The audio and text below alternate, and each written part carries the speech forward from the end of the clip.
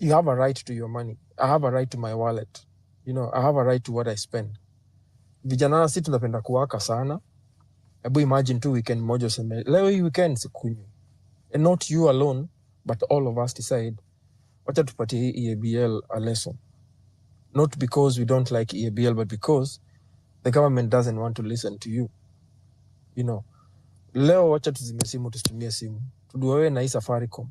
Or get another provider. Why? Because for even Morana to be found, there's a mechanism that was used. And if you guys can read the script, this regime doesn't have any different formula. Formula only the same. They're doing, the way someone was abducted in June is exactly the same way it's being done now. Now it's just coming out in broad daylight. And me, what offends me the most is the fact that the constitution is really, really being insulted. Even at Mtoi wa 12 years atajua, okay, hii katiba ni just a compilation of papers. They don't mean anything to us. So I think it's about time you just sit down and think about it from the perspective of, okay, mutumia gari, I drive my own car. Wacha nilenge hii gari leo, ndatumia matri. Wase wa boda wasemelewa tutumie boda boda. Wacha tugome. Watu wa bar wasemelewa tufungui bar. But more busy Kenya ziko owned by these members of parliament, most of them. And we all know why they own bars. It's not a secret.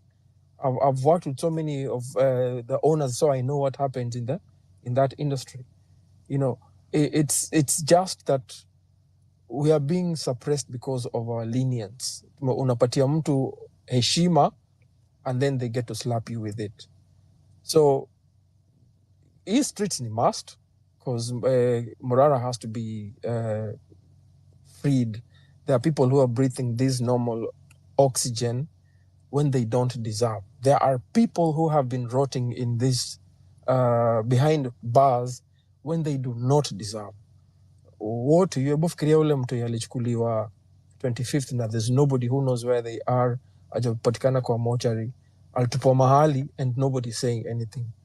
And then worst of all is the police that are meant to actually protect and provide that security are the ones that are actually oppressing we, the citizenry of the country. So unaandika wochia kulinda, lakini anakuja kukuchomea nyumba, hata si kukuua, anakuchomea nyumba yako yote. So I mean, guys have said a lot of things. I'm not the kind of person who will talk about going to vandalize buildings. Why? Because it doesn't make any difference between vandalizing a building, kuchoma kanisa for example, na vile wasa wanasema wacha tuhamisha immigration from Nyayo House. Kwani Nyayo House ndio inaibiaga watu ama ni hawa watu wako ndani ya nani? So we have to go for the persons in themselves, particularly get to know these people. And then, how do you do that? By occupying. I've tried to share this as much as I can. When we said occupy churches, there was a lot of sanity in the churches. When we left, they came back. So, hata my youth men, fikirieni manze kujoinio NYS. Joinini army. Soko kwa army wafai kwa, sorry, not army really. Se makara wako ina ni wenye wanakuja kuumiza watu. Let's now get to be work from inside. Clean the system from inside, because they don't want to listen. They don't think you have any audacity, That's why we're saying we have to get in politics. Why? Because hiyo bunge kuna wasokopo ni kama wakingeuko ni kama vile mnasema ati mtu na abductiwa na dungwa mavitu sijui what, they don't think.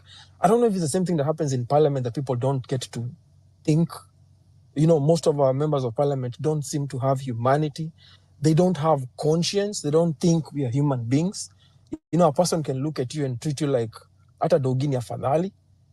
So we need new clergy. We need new pastors who can now get to preach and give the true good news, the gospel, than these people who are, drinking wine and preaching water. We have to change that system. So it's something that is a very long wage. We unadu nini we as you? What are you doing? When KOT says nenda kulala saa hii, what has he been doing? He's just not like on faces all day talking and talking, and then tomorrow he wakes up talking and talking. Think about it. This is a guy who hasn't slept like the whole weekend, from all over the country to amekuja sahi anaongea juu ya flyers, posters and stuff like that. So it's not really just getting out on the streets. We have to think out of the box. Unasema hauna job, ukisikia wasa unasema we are what do you call it? Sending guys, we want guys to enroll for police. Hata kama uko na ingia. You know, we are not doing it forever. Just get there because we have to just clean this whole system. Wacha wafika mahali waogope zile za Gen Z wanakuja kuingia kwa makarao sasa. You know, and guess what? This thing is already gone. It's not even something that is salvageable. Even if they try doing what, I don't think this system can be saved in any way at all. There's no way out. It's not going to happen. It's not something that they can actually get to change. So ni kuendelea tu kufinya, just keeping on injecting and saying, you know what, we have to keep on going. Realize every time we say we are stepping back, something happens and then we get triggered. Then tunakuja na hasira. Now, ubaya ni kuwa na hasira doesn't give you the best results. You just end up doing things from the mentality of, no, this can't be happening. Wametuzoea sana. And then inaisha. And Russia is being opened again. After people dying, like that school should not even be opened ever again in life. You know, permanent secretary of education, Badoko in position kama PS. On what grounds? People died. You know, we just like, okay, it's a Kenyan thing. We just get comfortable so easy, and life just gets to sediment, and things start moving on very, very smoothly. That narrative has to change, and it begins with these guys are there because of our own mistakes. We are the ones who make the bad choices, and now we are actually doing what we are reaping the fruit. So hii historia ya kwamba ati madhe tuamke tuende, we should be saying let's meet huko hivyo and we actually do it. You know, we just need to do it. Then finally, I think just to finish up, the one thing I'm learning from this is to, number one, if you don't talk, you're an affiliate.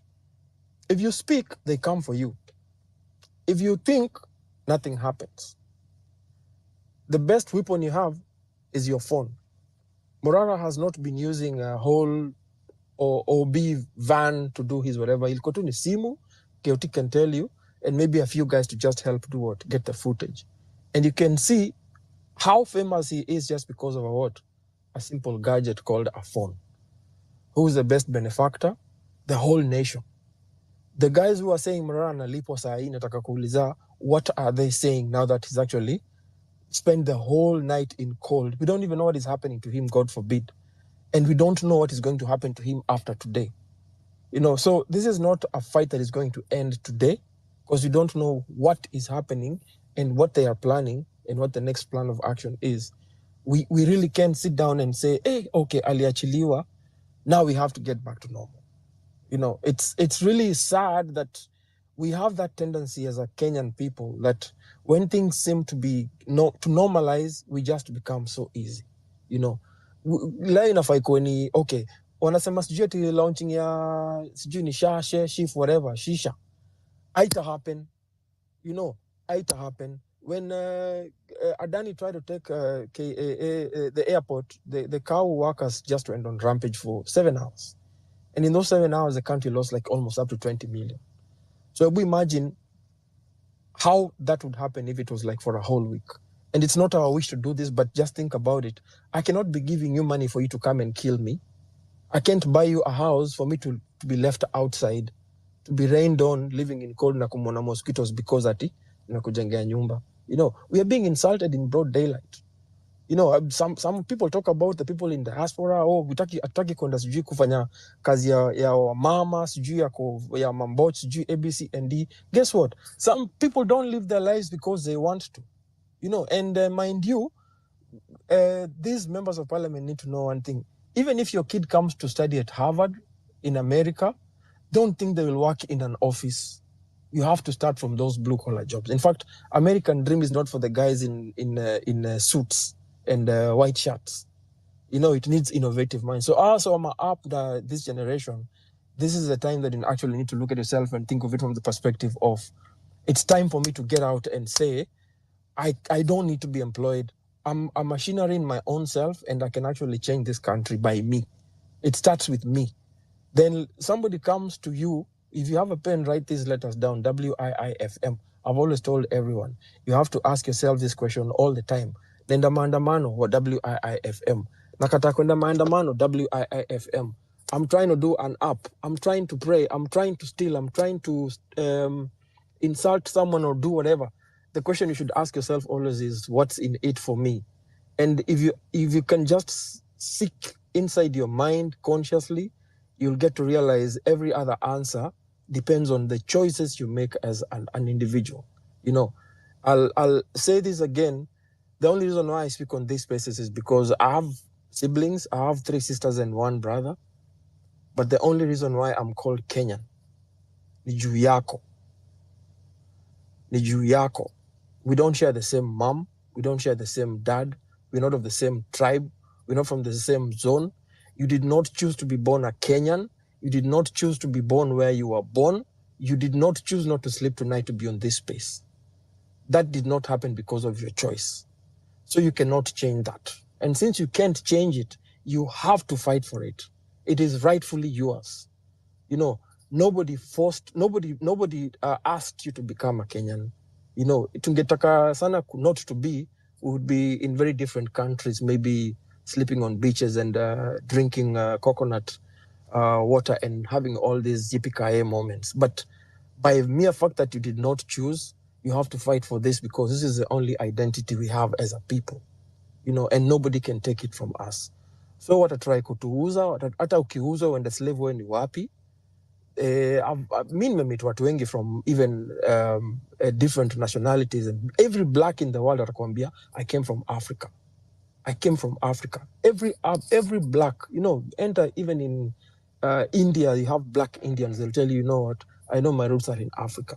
Even these white men came from Africa. What kwani migration ilianzia wapi? But let us not start thinking of it from the perspective of we are so much of a lesser privilege because of our skin color, when we are actually suppressing ourselves. The answers lie within us. The question you need to ask yourself is, what's in it for me? And hiyo phone yako, it can make so many things happen. What guys don't realize is Morara is trending, not in Kenya. This is a very big story until everyone is asking, who is this 29-year-old man that is causing people to talk about him this much? You know, and it's because of the noise you're making. So just think about it from the perspective of what role do I play in the redemption of this country as wanting to liberate it. Otherwise, if you don't, then we will all go down. Your failure is my failure, you know. But if I succeed, we can all go home and say, we did a good fight. Thank you very much and have a good day. Thank you so much, KD. Kenya ni home and home should be respected. East or West, home is always the best. So guys, let's focus on building our nation. We need, Morera is one of us. Please let's amplify our voices for us to be heard. Let's talk for one of us. Let's stand with one of ours. We are on our own. Politicians are not one of us. How many times do I have to call Willie Oeba to remind you that? Oh, thanks. Thanks sana KD. Afrocentric. Sema. Yo, wewe uko na ujanja ingine? Gani? Ebu inject tukusikie, uache kusema guy hapa. I've been injecting all night.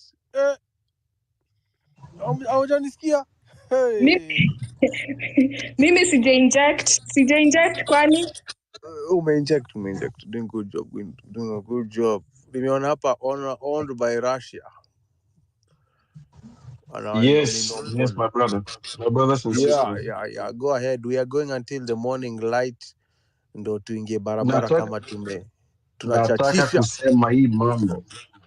I don't want unajua my brother KD aliuliza ama alisema I want to respond to that part. Alisema hajui mbona Murara alishikwa. The only reason Murara alishikwa is the biggest fear ya the government and the people in power ni maandamano. This is the only language they get. If you look at timeline ya Murara, I think 14 or 15 hours ago, alisema after kuona hii story ya Bruce, alisema we have to go to the streets. This cannot wait. Whatever happened to Bruce, alisema this cannot wait. If you can go back to his Twitter, alisema this cannot wait. And that within 2 hours, he was arrested. Then we have to psychoanalyze these people. This is the only language they get. Sisi kwa streets. Sisi kwa streets. This is why Murara was arrested. Alisema, after seeing what happened to Bruce, I was trying to sleep last night. I couldn't. How would I sleep like that? Ukiona mtu anafanya hivyo. And your own people. By your own people. That is what Ruto is afraid of. Us kwa streets. This is the only language they get. We have to live there. We have to stay there. And I know you guys, especially mimi nakwambia niko diaspora. Kwa hiyo wenye wako nyumbani, I know this is too much to ask. But this is the only language that itatoa mshenzi. This murderer, this killer, mtu anatuuza, this slave master. This is the only language he gets. Us for streets. Na namwambia again, he had to resign tomorrow, today. If he doesn't, 1 month, he's going to be gone. Kutuua, we are not afraid of. All of us takufa. We are not afraid of dying. We are not. Death is a fact. All of us, we are going there. Every day you wake up, you're nearing your death. So kutuua is not something that we're afraid of. Try. See how far you go. Ruto has to go tonight, not tomorrow, tonight, today. Na kutuambia sijui kutuuzia fear, that's done. Tumechoka. Hii ujinga unafanya. Nini unafanya? Nini? What's wrong with you as a human being when you think being a slave master is a thing in 2024? 2024. Ruto, nini unafanya? This person we cannot reason with. This person is a psychopath, sociopath, a mentally ill person who values only money. His only money. It's not even his own kids. His only money. We are not dealing with a normal person. My brothers and sisters. This person is not a normal person. Nasema yeye, nasema kila mtu, everybody who is a political person who has been a part of the problem that we've been having in this country. You are not a normal person. All of you, you get into your stupid heads. Hii wazimu mnafanya, we are coming. We are coming. We are coming. And this will not work. Unaishi wapi? Where will you live? You think we are slaves in different countries that you're going to move there because you're rich and you live well? No. Nchini yetu. Hakuna kwenye utatupeleka, utuue, utatuzika huko. And our kids, our future will remember who we are, what we did. Ruto, this is the time to resign. Tonight. Not tomorrow, tonight. We are 35 million people. Your maximum 5,000 people in this country. Utaishi wapi? All those your goons, unaishi wapi? All those cops unaua watu, unaishi wapi? We know you. Utaishi wapi? Tell me. Kama ni wote mtaenda nini? Mtaenda the west.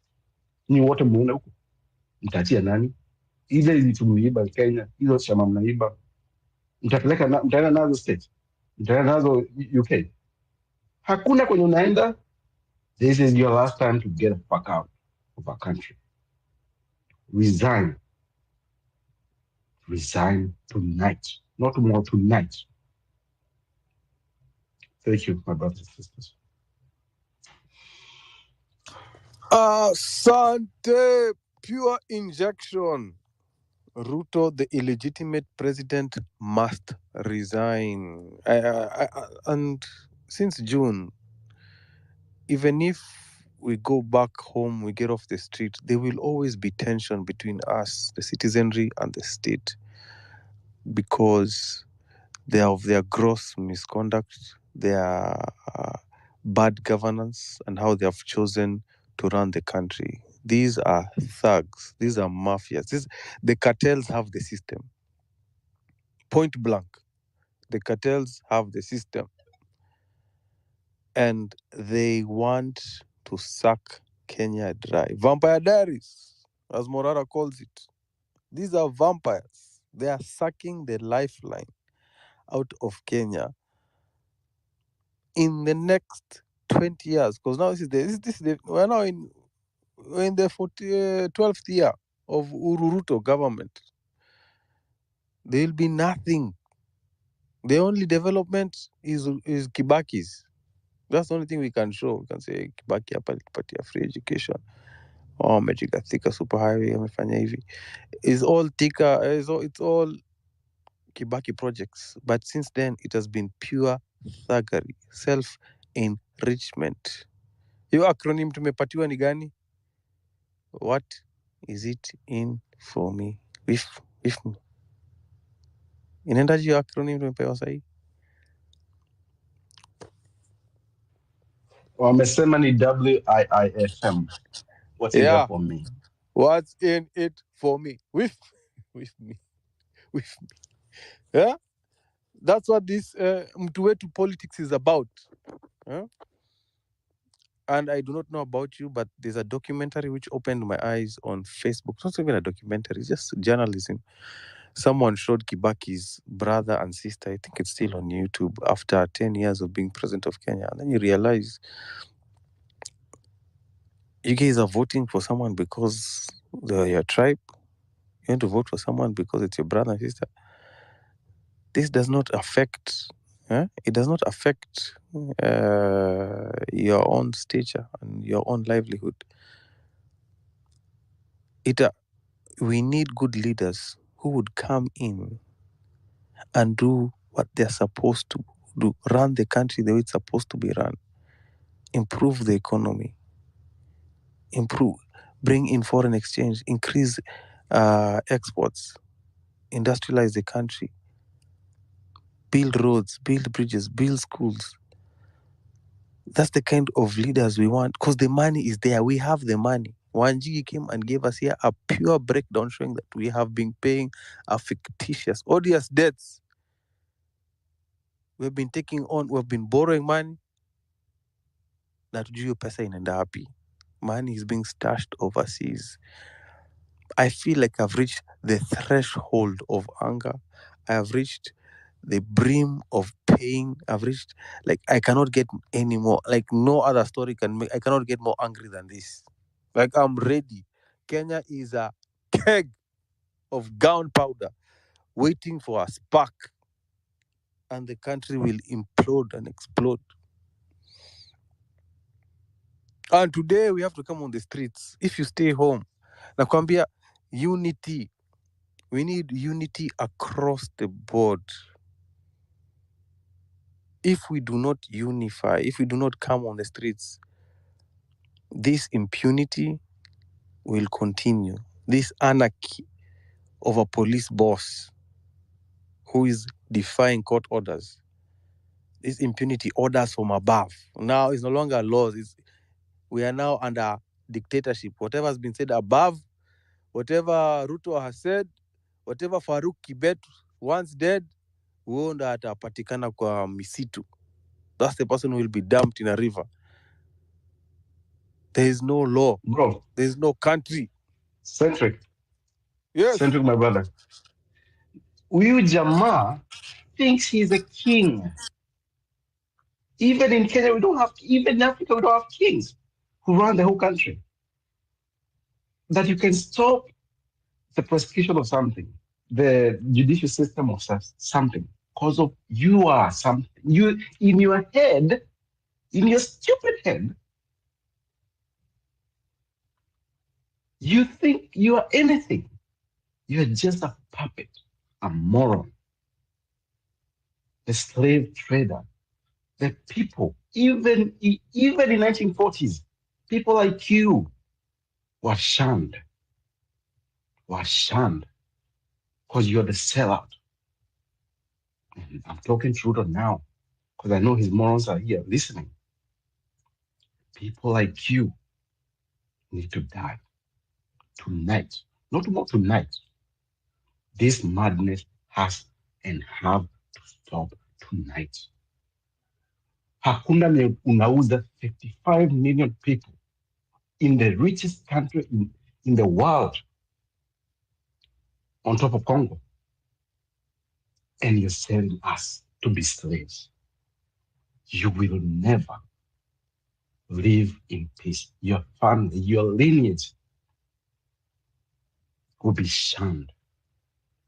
You'll be shunned for life. In Africa, you'll be that person as a Hitler. And I want you to get in your stupid head. We are done with this garbage. To where? We are dead. We are not ready. We're already dead. We are already dead. Kill us more. What else can you do? Kill us?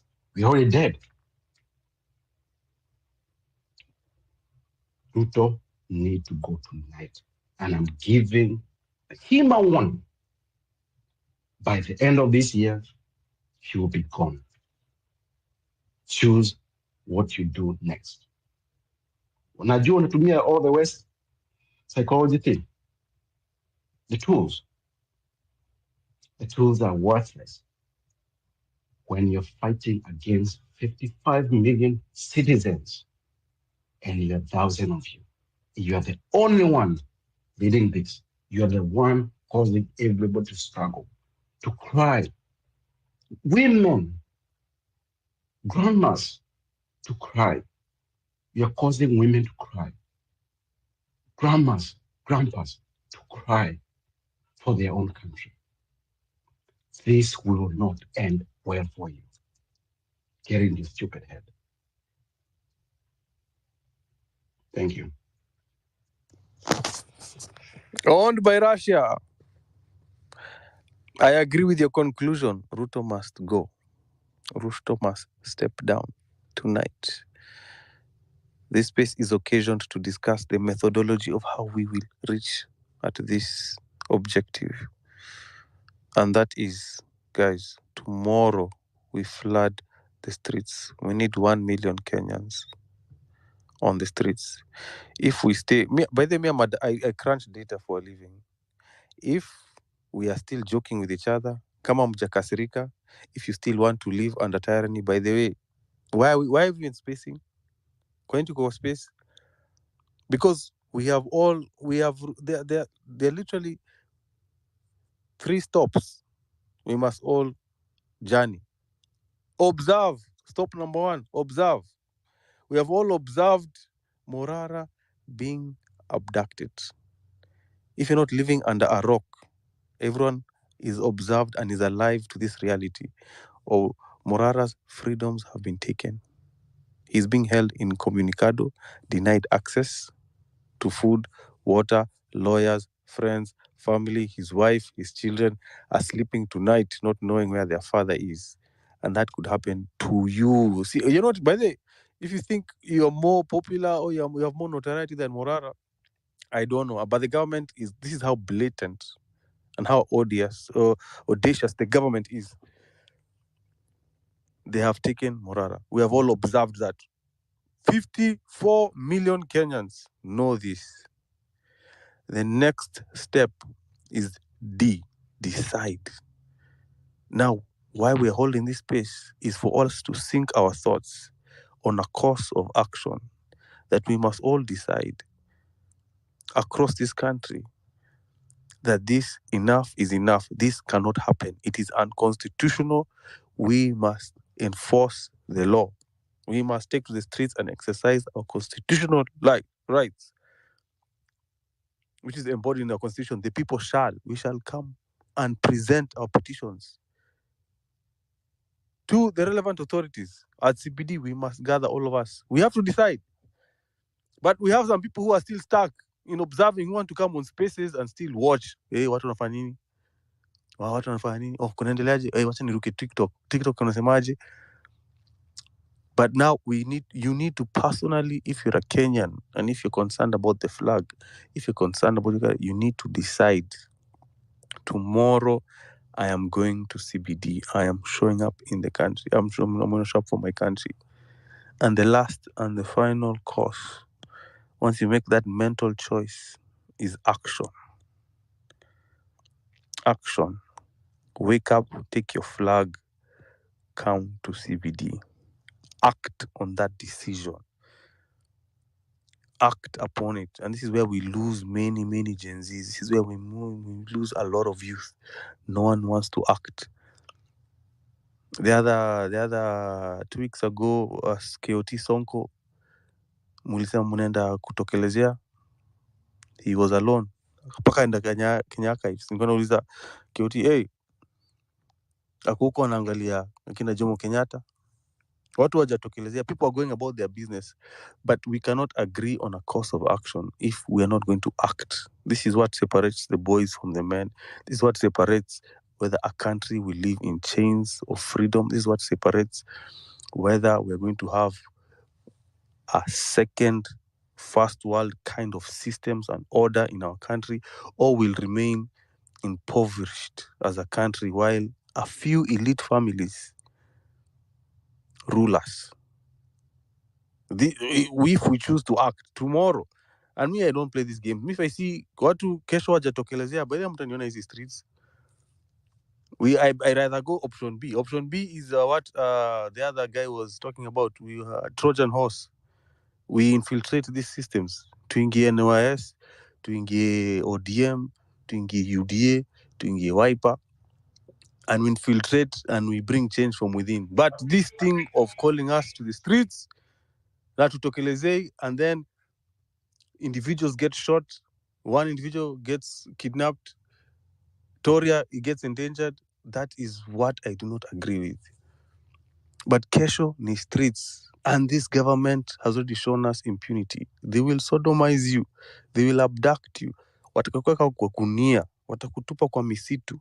You'll be found floating on a river. You'll be found decapitated, cut into many pieces. Shakahola is there. Like, what else do you want to see? We've already observed what it is to live under a Ruto regime. This man has killed. He's an ICC suspect. Everyone, kina Yebei, everyone who witnessed has disappeared. Mnataka kuona nini? What else do you need to see? What else needs to happen to Kenya for you to take action, for you to decide, I'm coming to the streets? What else has to happen?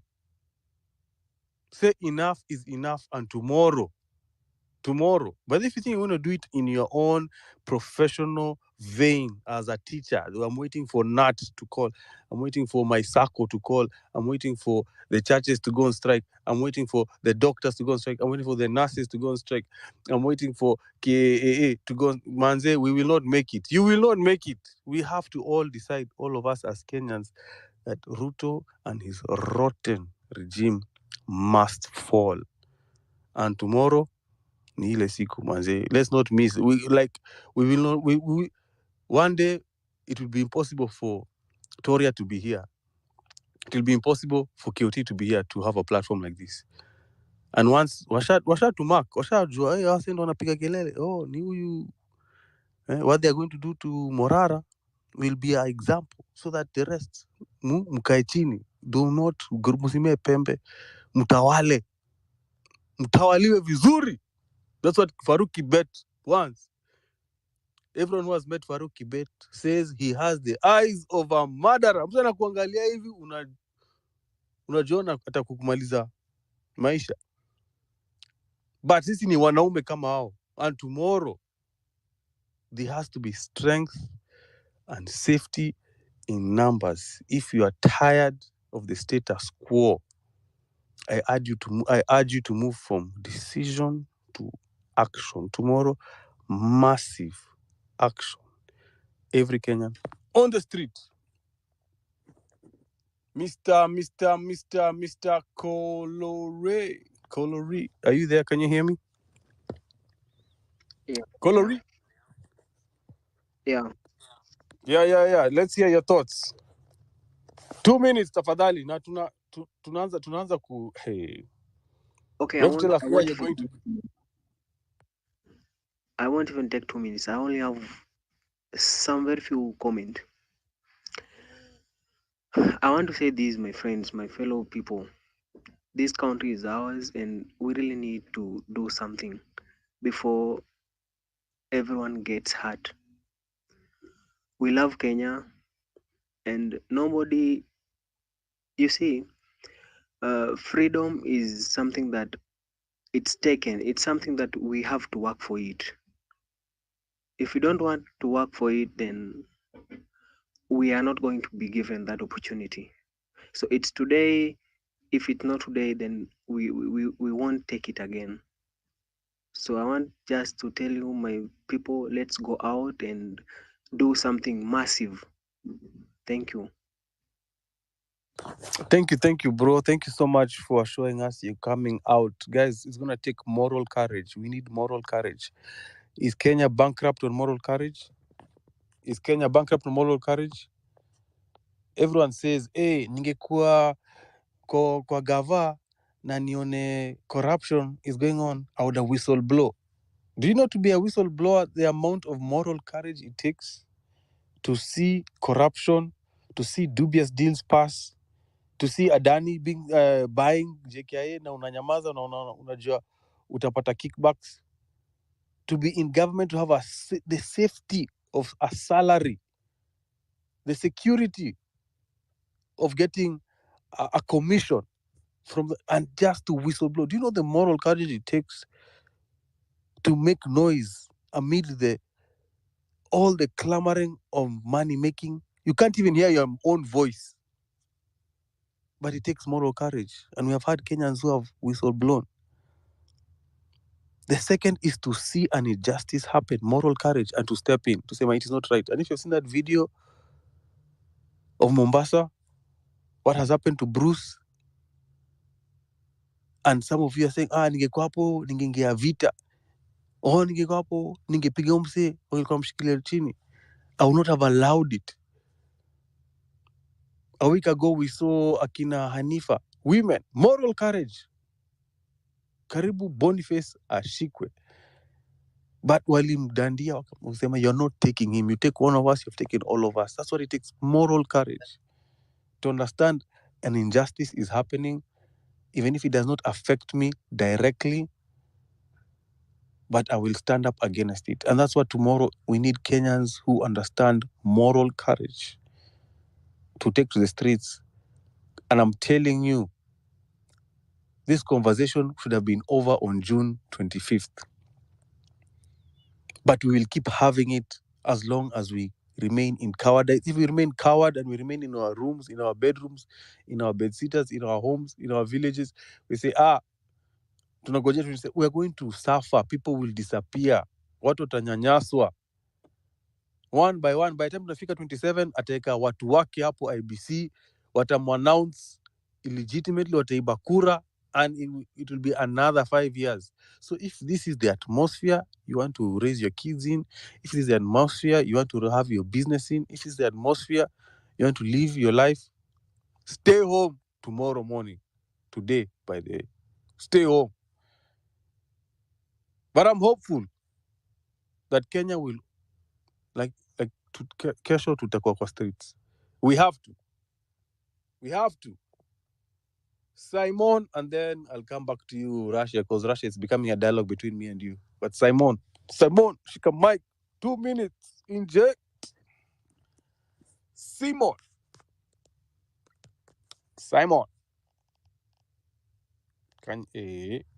Okay, Simon can't hear me. Wanga Lambuzi.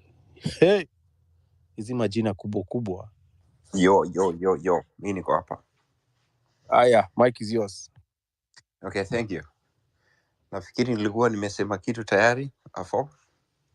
Okay. Nitasema kitu kidogo kwa sababu hawa wazee wanatuchukulia utoto.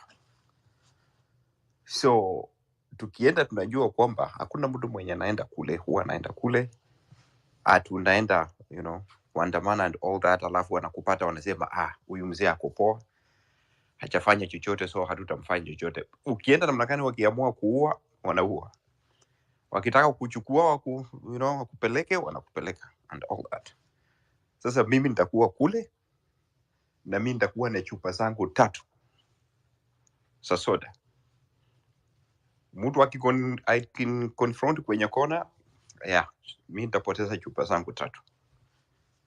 And hiyo inaonekana kama ni violence, but mimi sitapeleka violence kwa mtu.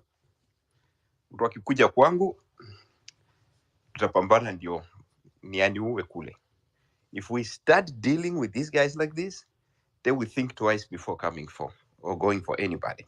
Lakini wakijua tu kwamba wako pale, tutaenda tu na watenda whatever we want and then go, I think we should up this game. I think hawa jamaa wametuzoea, wanakuja wanafanya chochote, and I think we should not settle for that. Nitakana mtu akienda wanajua kwamba hawa tukiwaendea watareact. Sasa kama ule wakati wa kuenda kwenye parliament, kulikuwa na thousands and thousands of demonstrators. So wale polisi wenye walikuwa pale, let's say hata kama walikuwa kama 500, hiyo mtu tungekuwa hata na mawe turushe kule, tungesave nusu ya wale watu wenye walikufa kule. Na hawa polisi penye tumefikia wanatuchukua utoto, and we need to up our game. We do not take violence to them, but if they bring violence, they should not go scot-free. That's my take.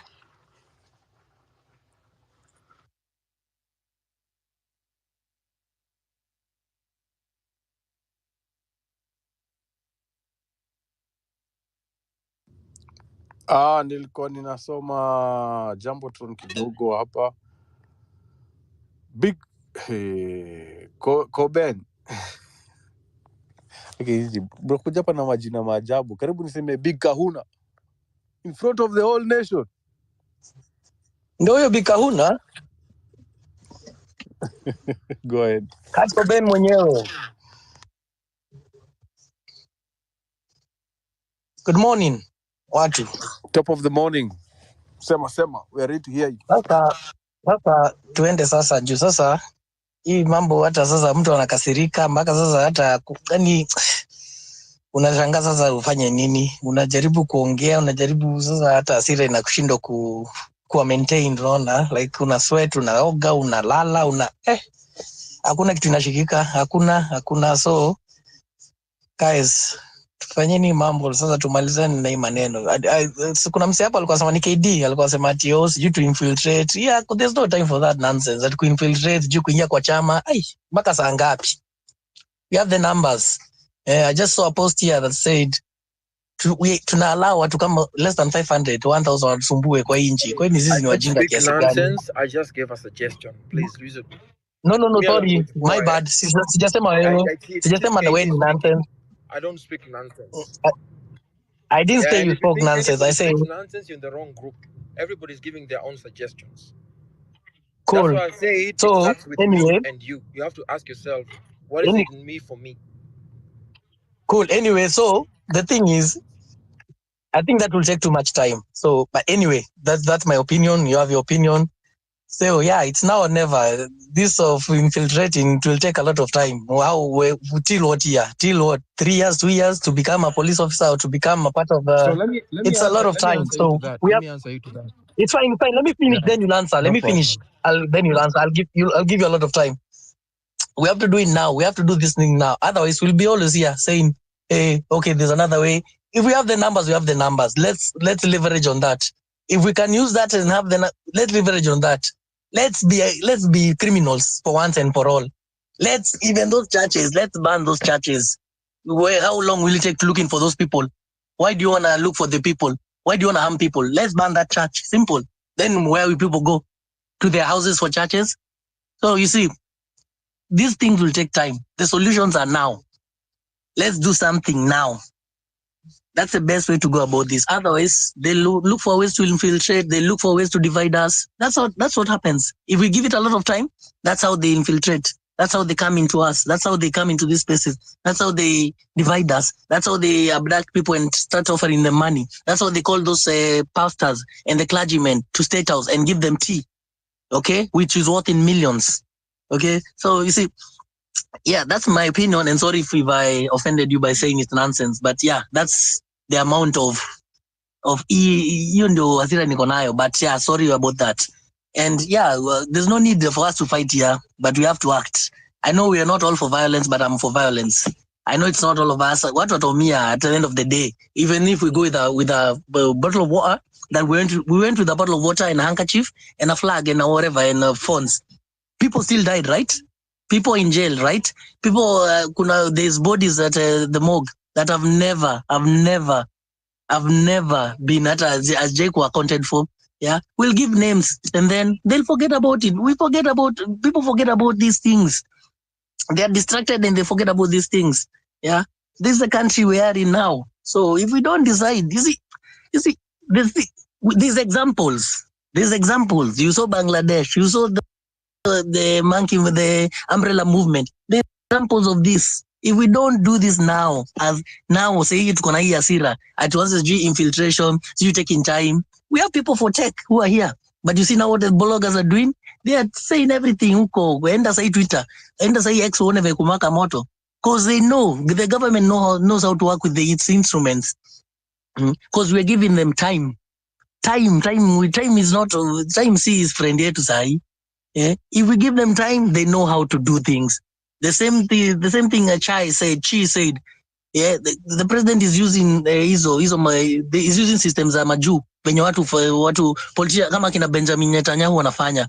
Unaona hiyo blogging radical hiyo kunini change narrative. Yeah, now they're changing narrative. They're saying Morara ameshukujua fraud. It's there on Twitter. Sasa hivi hata mapolisi wanatishia kwa kina mtata huko nje nini wanaanza kuwakokia magan. We are following these things. So if we give these people time, then they have time to regroup. They have time to kujipanga. They have time to do things. They have time to give money. They have money. That's what they're using. They're using money. You can, some wars you cannot win. Your money. Unaona hiyo pesa hiyo. Hiyo ndio itatuweza. Our parents watapewa tu pesa. You see, that's why everybody needs to do it now. Kama ni kurudi home endo waambie kama tusikizani jua hii, my friend, sisi marafiki. It doesn't matter if you're my uncle, it doesn't matter if you're my mother, it doesn't matter if you're my father. We cannot sell this country. We have kids too, we have families too. We have a future we want to protect. Yeah, and I'm willing to die for that future now. Kwani watoto wangu wataishi wakisemanga babangu alikuwa hii, mama atawaambia kama mama wao atakuwa bado yuko. Ama atawaambia babako alikuwa very vocal na alikufa na serikali ndio ilimuua ama whatever. No. We have to be now. It's now. Tutumie nguvu yetu sahi. Otherwise, all you know, itafade too evil. They'll come together, they'll do things, they'll use their helicopters, they'll pee on us, they'll shoot us, they'll ban us, they'll do every kind of thing. They'll ban schools. They're the ones who are banning these schools. They'll do everything. The system is corrupt, the system is spoiled. Education inaenda kuisha hivyo. Watoto hakuna kitu wanasoma sahi. My firstborn is in 7. Hiyo sijui inaitwa CBC, hiyo sijui hapa 7. Some stupid nonsense. Hakuna kitu wanasoma. There's nothing, hakuna kitu wanasoma. Kila kitu iko spoiled. It's now or never. And it takes, lazima ukikaa chini ufikirie hii maneno deeply. Haki ya Mungu hata unalia machozi. Utalieta machozi na mtu akikuja kujaribu kuambia sijui ni nini, hata unaweza kumpiga na umalize. Juu sasa this one is becoming out of hand. Yeah. This one is becoming out of hand. We have a very beautiful country, but a few people wanajaribu kutufanya ni kama sisi ni matakao yao. No, it cannot. It's either now or never. Yo, mambo, we cannot give them. We don't have time. We don't have time. We have to become violent. I'll always advocate for that. Ni sawa, we cannot all agree, but me, I'll advocate for that. How many people have we lost and we are still here talking? How many people have, like, nothing is going to happen. They'll still abuse you. We know everything that is happening. Tunaonanga Onyancha Onchoka akiongea kila tu le kisi guy. Akiongea every day. They bring, and there's somebody who said about musicians and artists, kama huko lugha moja na sisi about sijui influencers sijui mambo kwa kama huko lugha moja na sisi, then we don't have to listen to you, we boycott all these things. You see, we have to be on the same side, we have to be on the, inatu affect sisi wote, it affects all of us, so we have to be on the same side, we have to lobby all the way akina Crazy Kiana doing, we have to lobby about this so that everybody can be on the same page. Ya, tunafaa tueleze watu juu watu wengi pengine hata kwa mashinani wajuangi, wanasema pesa ibi yangu, wanasema pesa ni ya serikali, wajui tax ndio hiyo ni tax, it's tax, you see. So and those guns that are being used to kill us zinanunuliwa, watu wananunua gun, people own guns, people are giving guns, like the case in Mombasa. Of course those are crooks, so if a politician anaweza kanini na crooks, kwani zi ni nani tukue wazuri, unaona? Yeah, we have the numbers, so if we take leverage of this, then Ruto will go home, trust me. There's no way he can kill all of us. Hata jeshi wezi kamsupport, jeshi wezi kakubali kuwa youth yote. Let me tell you one thing, things have happened. People in Burkina Faso walichoma parliament in 1 month. Unaona, chako wako ngoja, walichoma parliament na wakadisband kila kitu, na jeshi kachukua over, and now they are doing, actually that's one of the best countries in Africa because of the leadership. You see, it's now or never. Yeah, it's we wake up in the morning, you say you're not going back home, you'd rather die until something happens. Until you see the government, your parliament imechomeka to the ground. Let us build it again. It's a cash building. Yeah, it's our money anyway, sindio? So you have to wake up in the morning and say, okay, what is in it? Hiyo tu yako hiyo WI, what is in it for me? Yeah, tutaendelea hivi mpaka saa siku gani? Tutaendelea mpaka next week? Tutakaa siku nyingine moja, we'll sleep another night with this. Murara akiwa ndani ama Bruce aki nurse his injuries, ama wenye wamekufa kina Rex today there was a vigil for Rex, unaona, like hizo makumbusho utaishi nazo, nao youth wengine watu walikufa karibu 100 na ukisikia Kindiki akiongelea ni 47, like what the fuck is going on? Inaendelea tu inaendelea kunipandisha tu hasira. Hata nilikuwa nataka kuwa mpole ati nimalizie tuende maandamano tuombe kidogo, but you see inaendelea hata kupandisha hasira. Nikiendelea kumbuka what is happening, yeah. Anyway, Godspeed guys, let's take care of each other. Uko nje, tutoroka leo nje, to take care of each other. Kama mtu akikukaa vibaya, pita na yeye. Najua tuna bunduki, watatushinda in that way, but tukiwa watu wengi, mtu hawezi kupiga risasi watu wote kweni ni Tommy gun. Some things tunaweza kazifanya tukiwa na hiyo roho kama Bangladesh, kama hizo countries. There's examples. So it can happen. Yeah. So Godspeed, God protect you. Let's do this. Let's liberate our country. Let's take it back from these criminals, from these vampires. Uni mtu kipata nje huko, unapiga risasi. Kama kweni, hizi risasi ziko. Yeah. You'd rather die for this kind of thing. You'd rather ukikutana na Osoro huko nje unampiga wengine ikai. Unajua hata itembea huko nje na ndevu yake akiongelesha watu ni kama nyanya yake. Unaona? Yeah. If we can't get to them, get to their people. Unaona? Hit them where it's vulnerable. Hata sisi tunaumia. Kila mtu anaumia. Tunashindwa kulipa mashule. So they are hitting us when it's vulnerable. Yeah. Tunashindwa kukula. Kuna watu wanalala wakuli. So unaona, they are hitting us where we are vulnerable. You see? Wait, let's play the same game. Yeah, attack watu wao, attack bibi yake. Kwani iko nini, man? Polisi kama anatudhulumu, tunajua vile wanaishi. Yeah? Tunajua. So if we continue playing nice, we'll always cry. We cannot win this war by playing nice. We have to change this nini. Hii ka strategy lazima tu change in a way. Hata kama tutaenda all out juu watu wengi but we have to change it in a way. We have to. Because if we can find our movement into millions, then we can do things. We can do things. Yes, they have the money, but we have the people. So at the end of the day, please take care of yourselves, guys. Tuchunganeni na tupendane na tuende kimoja. Yeah, Godspeed and God help all of us, and God protect all of us. Thank you guys for the space. Santi sana, big kahuna, big talk. I agree with you 100%. This now, the strategy has to change. Now it is aura for aura. Please protect each other out there. Walk in groups. Today, we are meeting in groups. If you're waking up this morning, We have been up all night making sure that every Kenyan hears this clarion call, a call for justice, a call for justice for Bruce, a call to release Moraro Kebaso. He has been moved to an undisclosed location. His rights have been violated, taken. His kids don't know where he is. His wife doesn't know where he's sleeping. His lawyers are looking for him. They took off into the night in 2 different vehicles and then split. It is unfortunate what the Kenya Kwisha government is doing.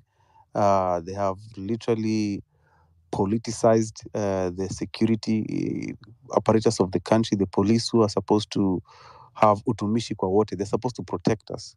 Now they have become our oppressors. The police are direct tools of corruption. They're being used to perpetuate what we are calling tyranny and corruption. They're trying to decapitate this movement by targeting bloggers, leaders.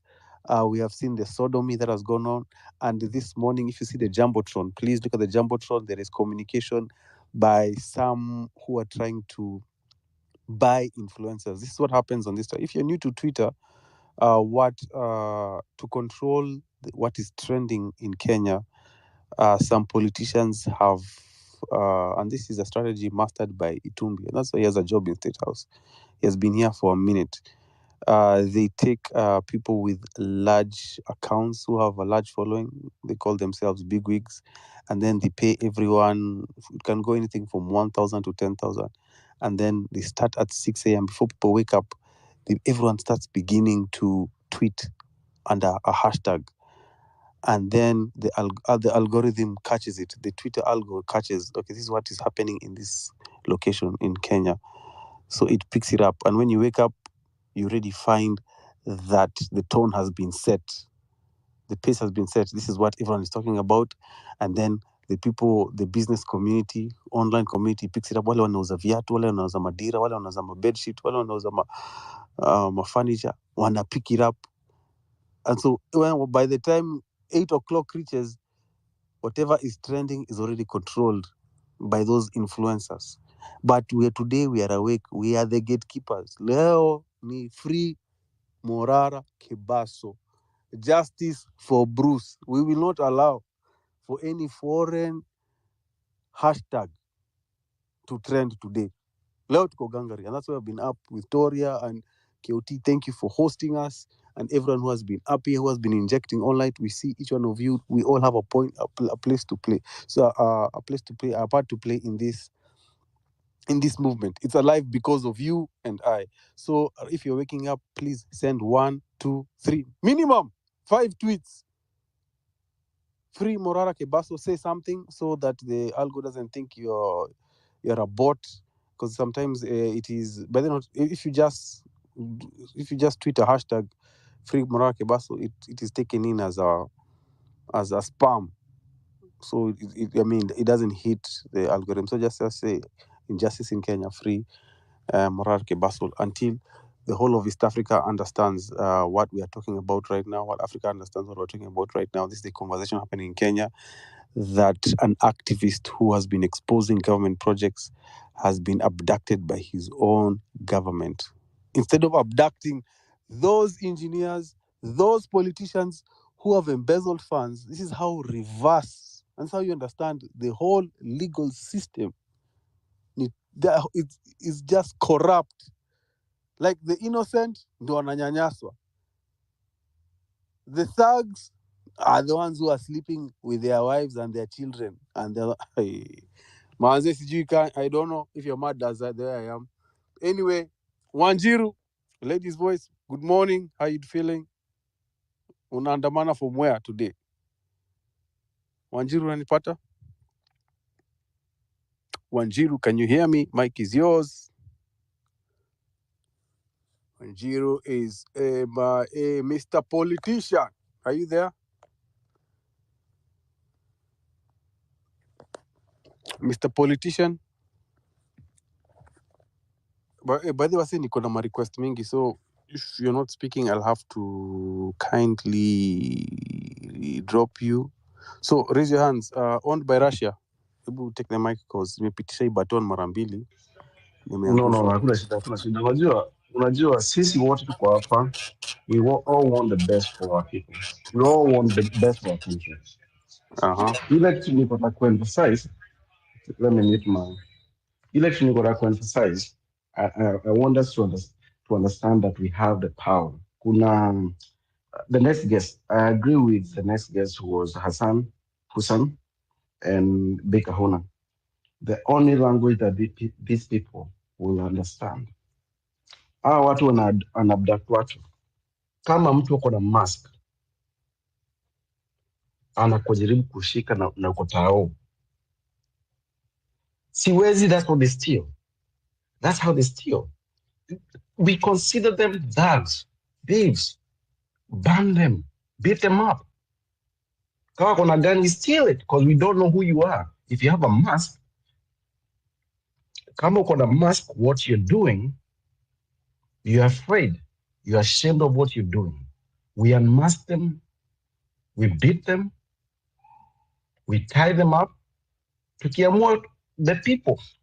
We cannot use the same constitution if these people are not using the same constitution. If you do this, we, the people, decide what to do with you. Na hakuna kwenye utatupeleka. This is the language that these people understand. They have to understand. Hii ujinga kuja sijui kwa abduct watu, wakikuja na gari hapo haina number plates, that's illegal. We live in a constitutional country. Gari kama haina number plate tunaichoma. Kama uko kwa hiyo gari, tunakutoa mask, tunakuchukua picha. We document this. If you have a gun, we take that gun. Hii ujinga mnafanya, nakwambia Ruto, hakuna kwenye unaenda. Oh my God. Hakuna kwenye utaenda in our country. Utaenda wapi? Hii ujinga mnafanya, hakuna kwenye tutupeleka. We are done. We are done with this garbage. Kukuja hawa watu wa mask juu, watu wa Subaru haina number plates, we ban it. If you're in part of that car, we unmask you. We take a picture of you. We know who you are. Your people know what you're doing in our country to sell our country. We have to do this. We have to do this for our future as a country, as our people. Kutuuzia uoga, we are done. And Ruto Murara has to be out tonight, today. Mapema. He has to be out. Kutatua si wote. Utatua aje si wote.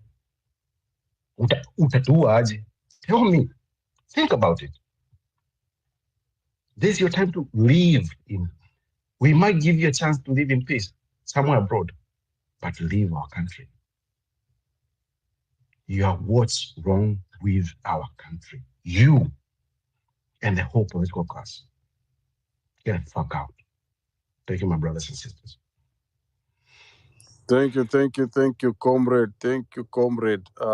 Guys, if you're waking up, number one, make sure this space is quote tweeted on your TL. Let us get this word out to as many Kenyans as possible. Nobody needs to be in a communication vacuum at this critical juncture in our country. Everyone needs to know what is happening, the atrocities that are going on towards bloggers, towards activists. Morara in prison. No one knows his location. No one knows what's happening to him. Bruce sodomized on video. This cannot be business as usual. Something has to give. And today, we make our stand. We have to make our stand. Every road leads to CBD. We are meeting in CBD. That's the communication. So, hashtag Free Morara Kebaso. Justice for Bruce. Madam Boss, good morning. How are you doing? Good morning too. Hope mko poa.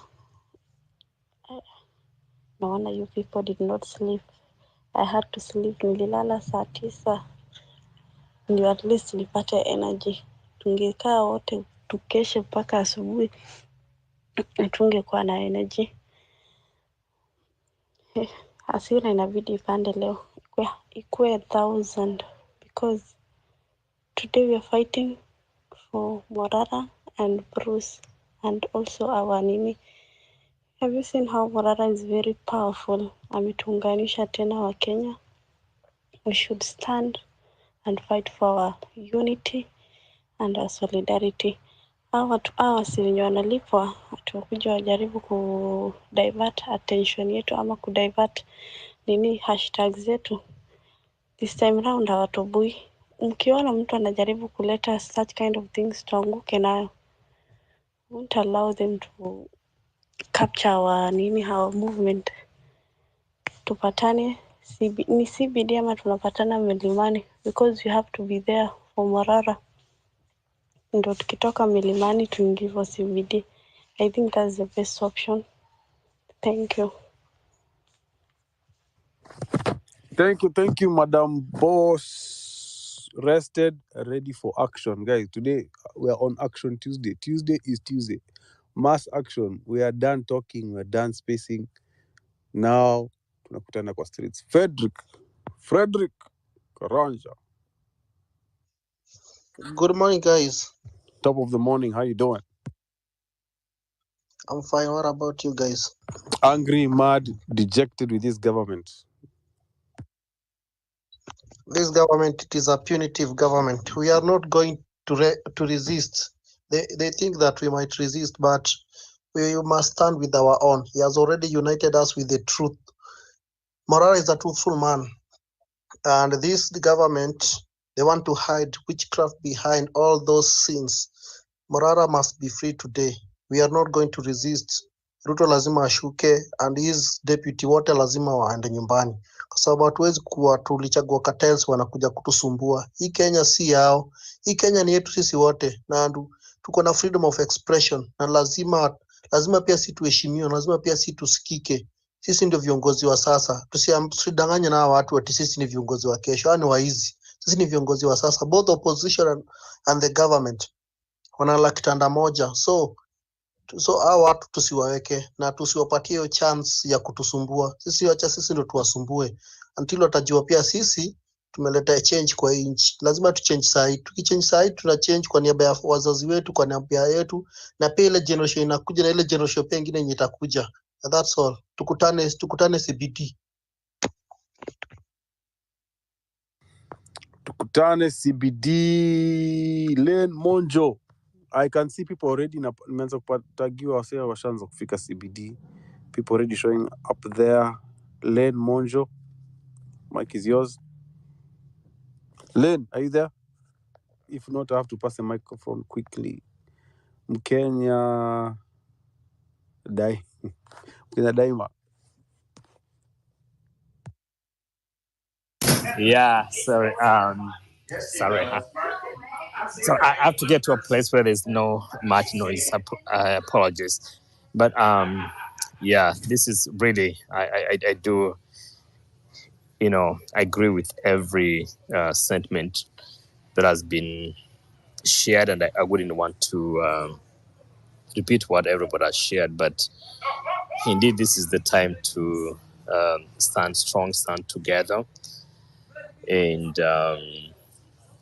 one of my suggestions would be that maybe, just but maybe, we really need to get to a place, and KOT, Afrocentric, or the guys here, to a point that we are going to possibly take another week of change of strategy and movement, where we probably want to say that, we have this strategic movement where we're going to,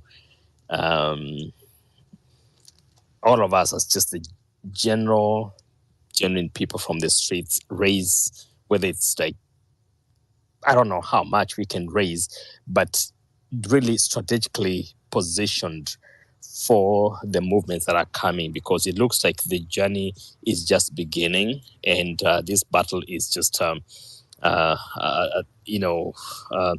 to begin without us being perceived to be either being compromised or sponsored or in any way. So even as we go to the street, we have, Morara has to be free. We have to really talk about the justice for Bruce and many of our colleagues and comrades that have, abducted. There are people out there that are crying and just watching even some people really pouring their hearts out and crying for even the justice of the people. We just need to have to get to a point of start thinking in terms of strategically speaking and financially speaking, how do we address this concept? 2 days ago, and again, this is not by any chance trying to bring anybody to compromise the movement. 2 days ago, I did have I hosted I think it's one guy that is trying to run for president in Kenya. That's the Ruben Kigame, who is finishing his doctorate at Grand Rapids in Michigan, and we had a conversation that I thought. We are at the point where we now need to attack this from every aspect of life, from air, from the sea, from every place, in a way that it's going to have an impact that is unstoppable. And one of the things that I've been advocating for, and Kyoto Sonko knows this, is how then do we get to a point that even as we go to the streets, as even we mobilize everybody, how do we have a massive and shocking resources?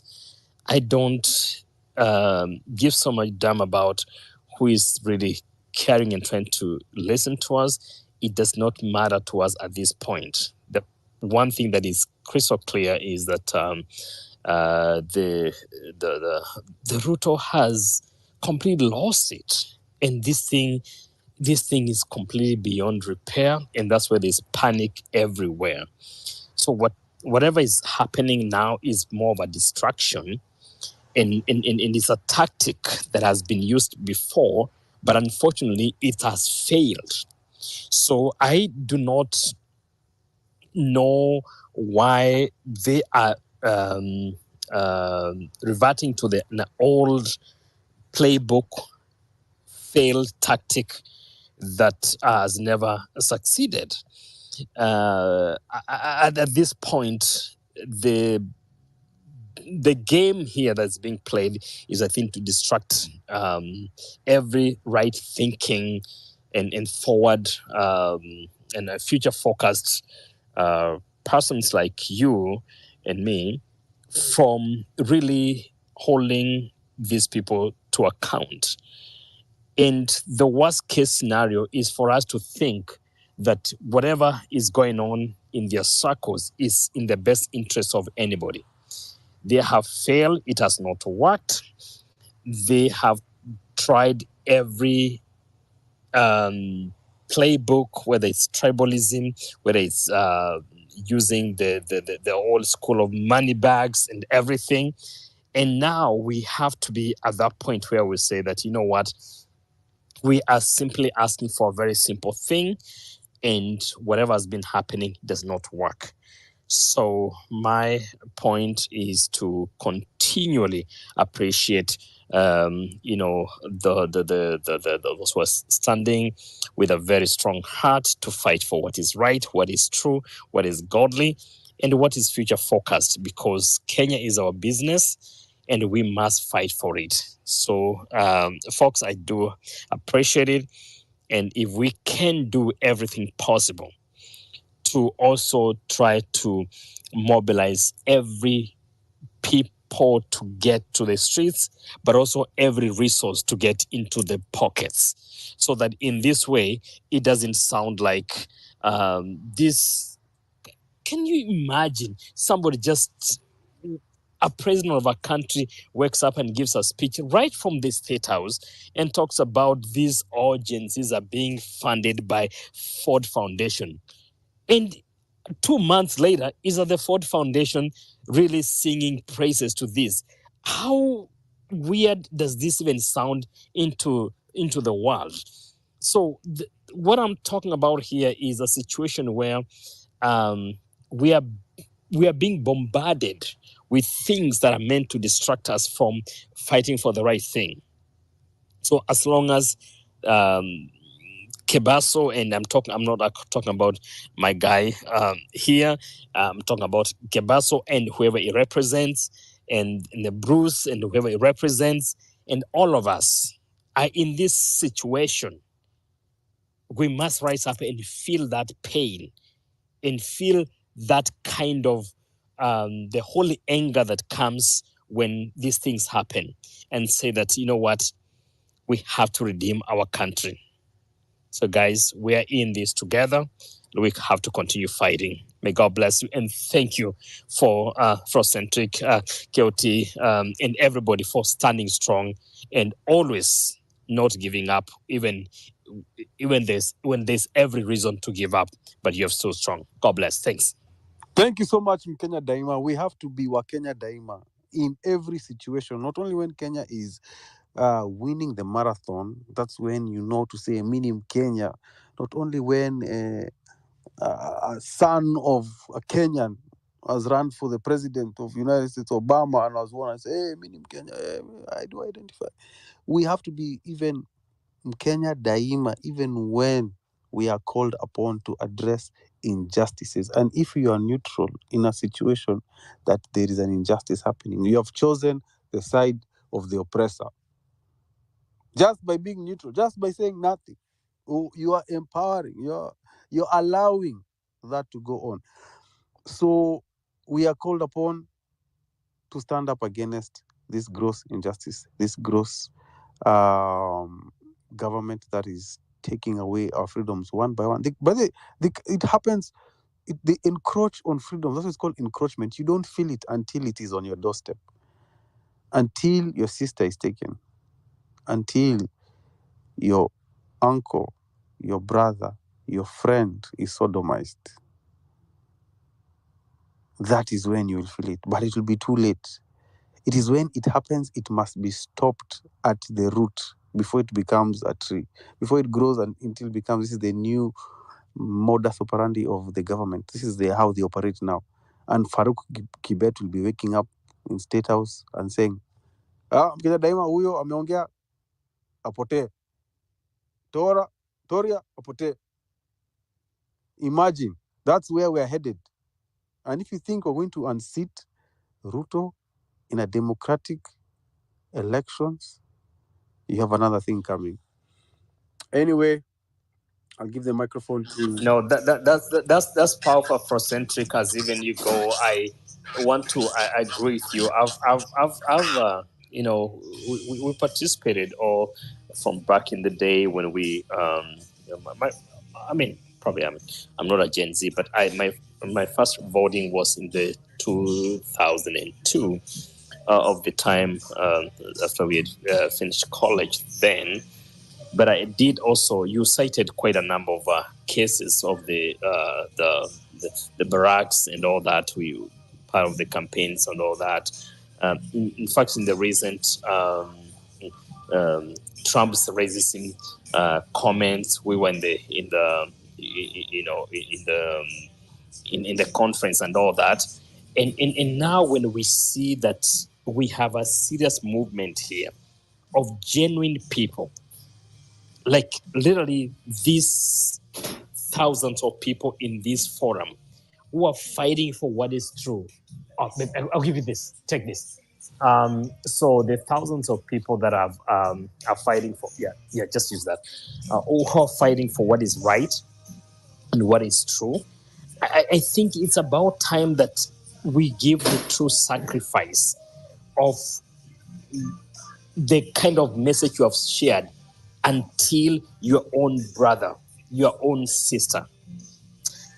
Again, I'm not a supporter of many of these politicians, but I saw Jeremiah Kioni shed tears recently when he talks about when he saw our young people being shot at, and when he saw people being lowered down in the Kwale I think it was the whatever the place, and then they are going to retrieve bodies. That's when the reality hits home that this could be you and me. This could be your brother or your sister. When you see somebody shedding tears in that manner, that's when you realize that, you know what, we are not safe. But then the reality has to kick in to realize that we are not less than these people. This is our country. Why should anybody try to make us feel like they own Kenya more than we do? Why should they have to make us feel like we are lesser human beings than they are? That's when the anger comes in you and say that, you know what, we have to rise up and say that, you know what, we are fighting because we know what has happened. One time a preacher, and that is the worst testimony I want to finish with, of a guy that, you have a pen outside, do 20%. I'll do it, please. I'm finishing a meeting. Sorry, I'm finishing a meeting. Just do the 20%. Oh, okay. Yeah, please. Sorry about that. So when I saw this preacher who used to pray for Ruto, and then it came up with a point that they held a church member to their own hospital, and that person died or let their whatever relative die. That's when they realized that this talk, pulpit talk, it doesn't help until your own relative dies. Then you realize that what we are doing as a government does not even make any sense. Folks, we have to fight. Have a blessed day, and let's do what is right. God bless you. Sorry I took too much time than I even expected. No, we agree. We are aligned with everything that you have said. That's why we afforded you extra minutes. Thank you, Mkenya Daima. Good morning, fellow comrades. If you're waking up this morning, you're privy to what's happening in the country. Sodomy, Mombasa Governor Abdul Sharif Nasir has allegedly, but we know it is him, as the blog has said, paid rapists to sodomize him. The video is on the timeline. I don't need to go into how grotesque that video is. It is traumatizing, it is life-changing, and it's for this reason that we are here to address this injustice, that such atrocities should not be visited upon any other Kenyan. We are also aware of Morara Kebaso, who has been visiting different counties, highlighting the dubious projects that the government has been launching and embezzling funds, finding that nothing has been going on. It has just been placards and launching sessions with no landing sessions. Kutenga, kuweka, tutafanya, tutasema. That is what this government has been doing, and right now his freedom has been taken. So if you're waking up this morning, please, the least you can do, tweet this space. Let us sensitize every Kenyan. Every Kenyan with that X account needs to be aware of what is happening in the country right now, and needs to know of the course of action that we are taking is to go to the streets today, to show up in our numbers, in our strength, in our numbers. If you are able to make it to the CBD, please make your way there. If you're in the diaspora and cannot make it, please facilitate somebody. Please facilitate KOT, Toria, all these comrades who have been helping host these spaces, buy flyers, buy water, make sure that we are all have enough resources to speak to a government that has unlimited resources. This government they have everything going for them, and they are ready to withstand our demonstrations today. So guys, let us inject good morning wherever you are. Ruto must go. The man with a red flag. Karibu kwenye space. Good morning. Niko kwa gari, kwa hivyo kunaweza kuwa na makelele kidogo, and I won't take much time. Mi chenye nasema saa hizi, story ya demonstration, hata tufai kuita demonstration anymore. Right now it's mass action. It's mass action to remove this government from power. It's mass action to make them accountable for everything that they have done. Mnakumbukanga kuna watu 21 wamekufa and not a single person has been arrested till date. Walipata mili kwa ule mjamaa walijaribu kumwekelea hiyo story, alienda misi na hatujapata any information about him hadi wa leo. Wase wa middle class wenye wanajifanyanga hawezi tokea hizi vitu. Hizi gava inataka kukula 21% of your salary. Unafanya kazi 21% inaenda kwa serikali na upati the services in return. We are still being abducted. Hizi hadi tumeanza kuongelea sodomy. Hii ni serikali ina gani? Hizi enough talk. Hizi ni action. Na ni action ya kutokea hiyo barabara. It's time we reclaim our country back. It's time we fight against the tyranny. By the way, wase wa US Embassy wakipatiana terror alert, wapatiani terror alert juu ya Al-Shabaab, wanapatiana juu mjamaa amekaa state. Msa anati-terrorize vibaya sana. So if at this point you still need to be convinced on why we need to take mass action against Ruto, watu we mwejichunguze tu. You are part of the problem. Free Kebaso, free Morara, justice for Bruce.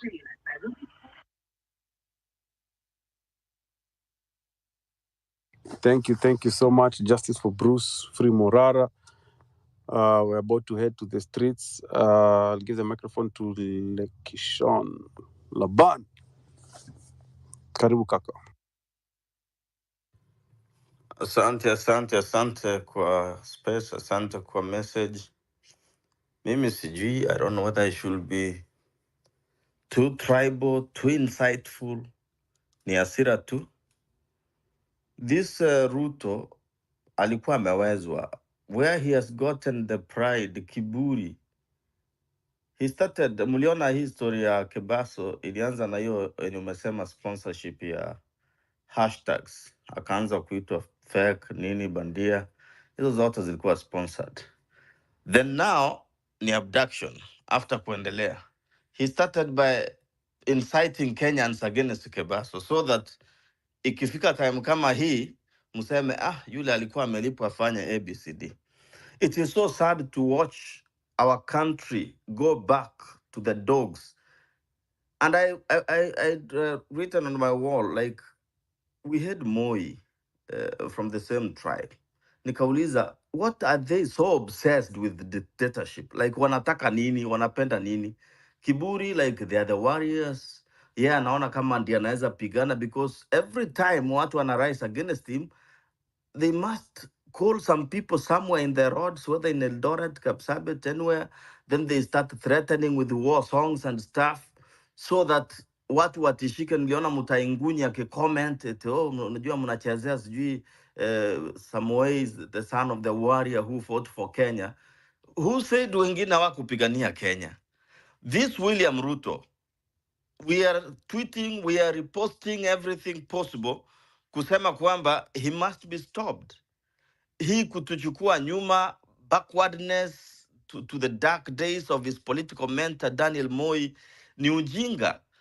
Sasa mi nauliza wale viongozi wazito, for example, kulikuwa hata, let me say, he has made Uhuru look so clean, yet Uhuru pia, they did abductions na vitu zingine kina Matiang'i na wengine, but now he makes them look better, because he came with the Bible, anapiga magoti, yenye wengine wameanza kupiga magoti na vilio, misusing the word of God na kadhalika. Then he comes here now with the sword, trying to rule as if he's omnipotent, as if he knows everything. He's the only clever Kenya. He's the only savior that the world was waiting for Kenya. Who told him hakuna Wakenya wengine ambao wanaweza kuongoza than him? He thinks, I am sure now he knows that come 2027, tusipomng'oa saizi, tukiendelea kuprotest saizi, hakuna kumpigia kura. I know his plan is to rig.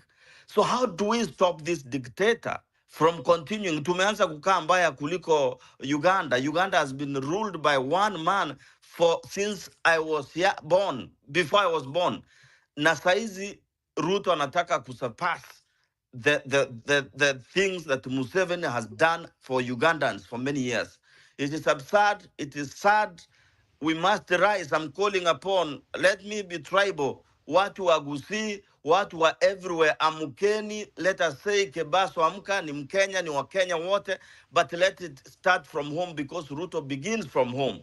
Alafu anatoka anaenda anaingia Kenya nationally, anaita viongozi kama hao wenye kuongea sauti sijui zinakaaje kina Minister wa Internal Security, anaanza kuongea sijui this was sponsored. Who sponsored this kind of protest? We are sponsored by his lies, by the way he is leading with the corruption in the government. That is what sponsors our anger, and that is why we need to rise up. So story ya kwanza ku incite Kenyans against each other. We need to come together and really say no. I know what wako scared. People were scared the time ya mauaji na kadhalika, police brutality. But we have to say enough is enough. It may not kill all of us. We will have to go to the streets and say no to dictatorship again. We had it enough under Moi. We cannot afford to have from a student of Moi again. So, Wakenya, I support this. Let us uprise, not just rise.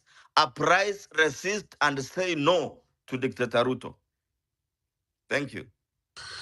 Thank you, thank you, thank you. Indeed, we must rise up. This is an uprising against this injustice, these gross injustices right now happening under the watch of William Samoei Ruto. Orders from above. And his henchman, the president's men, Akina Farouk Kibet, who are ordering the abduction. And guys, please ignore the government bloggers who are pushing an agenda. I've shown you on the Jumbotron, there's a paid for hashtag that is there to whitewash and to cleanse the governor and make sure he looks, that he's not involved in what happened, the sodomy that Bruce faced, but he's not escaping. He's not escaping. He's not escaping. He has to he has to appear in front of a court of law and answer for every hooligan, for every chokora he paid to do those acts of injustice on Bruce. Justice for Bruce is the lingo on our lips, and free Morara Kebaso. That's all we want. I'll give the microphone to Faith. Good morning, Faith.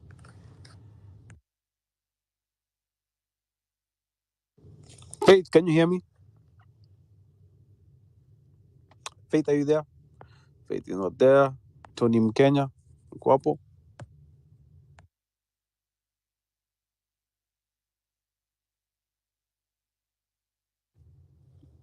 Tony. Allah, I got dead mic. Storia. Why Yes. why are you elated? You're very excited. Chief Sam. Chief. Afrocentric. Unishika. Yeah. Ni Chef Sam. Yeah. Oh, Chief. All right. 007. Go ahead. Make me echo. Then I'm glad you guys are acknowledging even as little support as we are giving here from diaspora. Thank you very much for acknowledging, and even as we're injecting wherever we can on our pages, mobilizing people here. I want to say is, if you've lived through the Moi era, if you lived through the Y2K era, and you knew the terror these people did to Kenyans, then you come fast forward, we are in saying that we're in a democratic country where people are being recorded, being sodomized in broad daylight.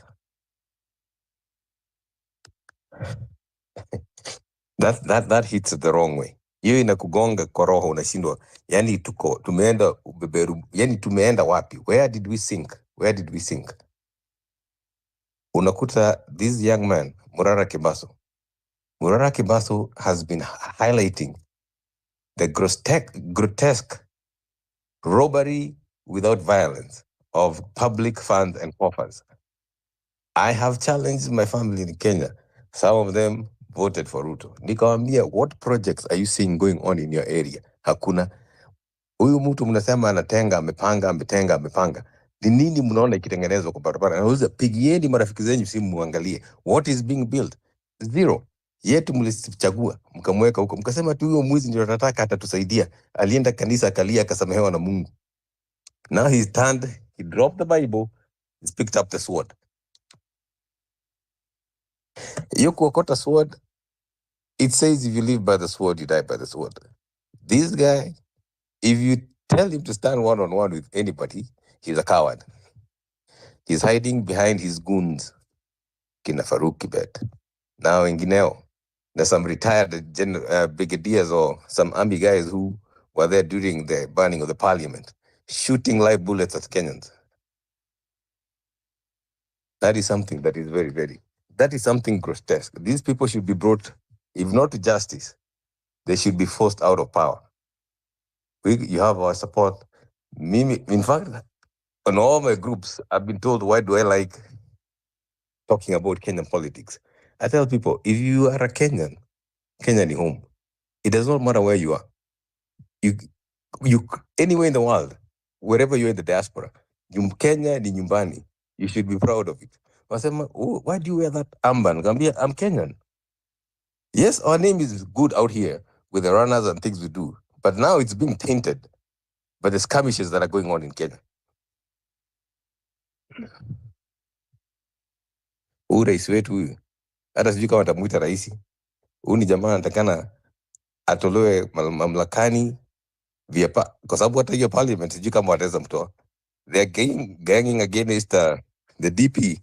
Wanatakana waimpeachwe. Both of them should be impeached. #impeach both. They should just go home. With all the corrupt members of parliament. So as we are injecting, we inject all of them out. For inject justice for the guy who in Mombasa, he should get his justice. All those goons should be in jail. Waeko mahakamani, waeko ndani. Na kama hataeko mahakamani, well, there's another way of doing it. I'm not advocating for mob justice, but these people, that was very wrong. Mama yao mtoto hata yanaumia.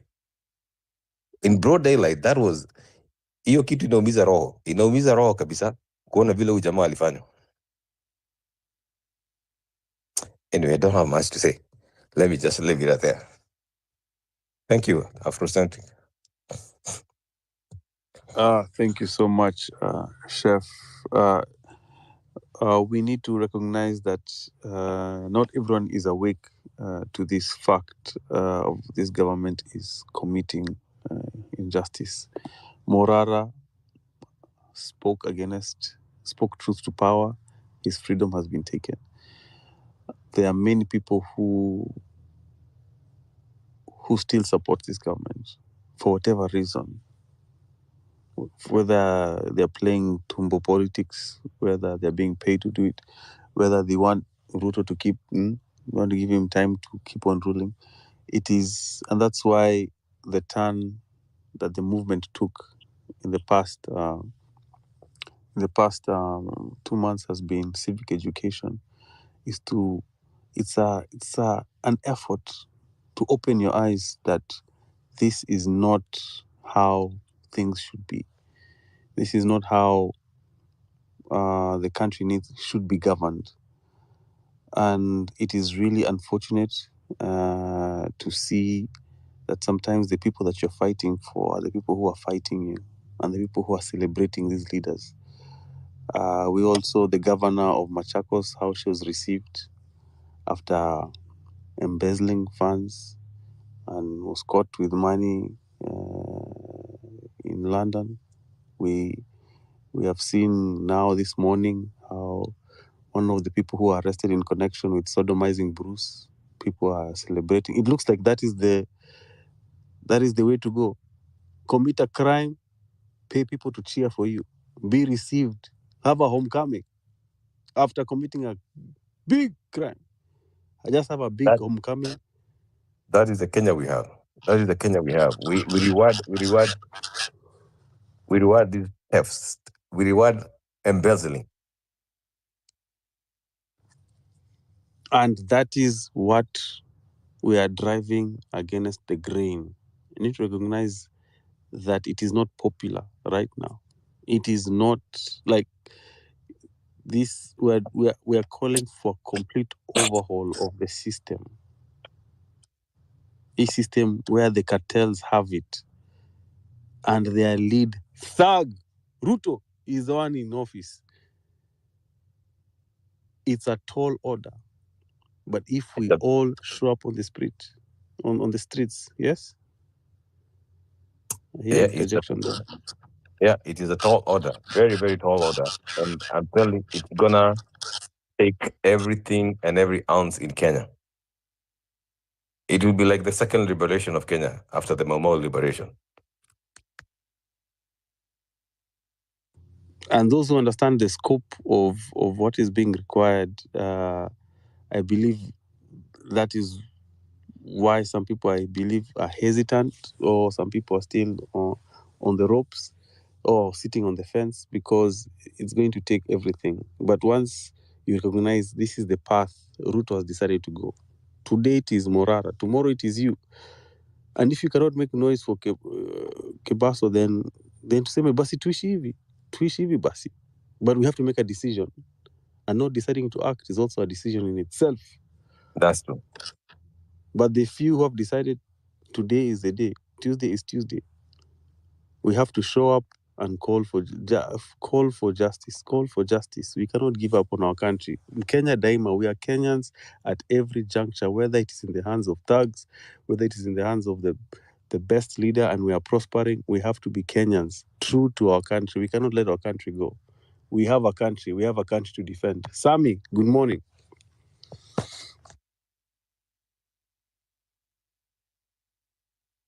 Sami, Mike Nyako, please, we have 2 minutes on the mic. Guys, if I pass you the microphone, please be ready to inject. Sami, are you there?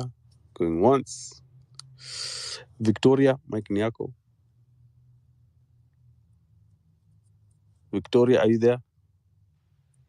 Yes, I am. Good morning. Good morning. Now, you guys have been on the whole night. First and foremost, I want to salute you, Gen Zs. I'm not a Gen Z, I'm a Gen X, but I have been on it from day one. We are all behind you guys. It's our children that this government is killing. We lived through from the Molo clashes when Moi was killing our parents, right down to Musando being found dead, right down to every other juncture. There was a handshake. There was from Bipendo, Bimora, all these people being taken out, and these people coming and regrouping again as one and doing the same thing they have been doing. And right now, our young people, our children are being taken out, being killed, bodies being thrown in rivers by the same murderers that we have in power. And so today, as Gen S, we are also coming to the streets to say enough. We cannot have people going to school, you study for 10 years, and then there's no job. The intern the other day who took their life, you work 36 hours straight. There is no job. And then idiots who are not educated, like Sudi, are the ones making millions. How? How is this economy supposed to work? How is this country supposed to work? How is the Kenyan man and woman going to be dignified if this is what we have in place as a country? So we are coming out today. What happened to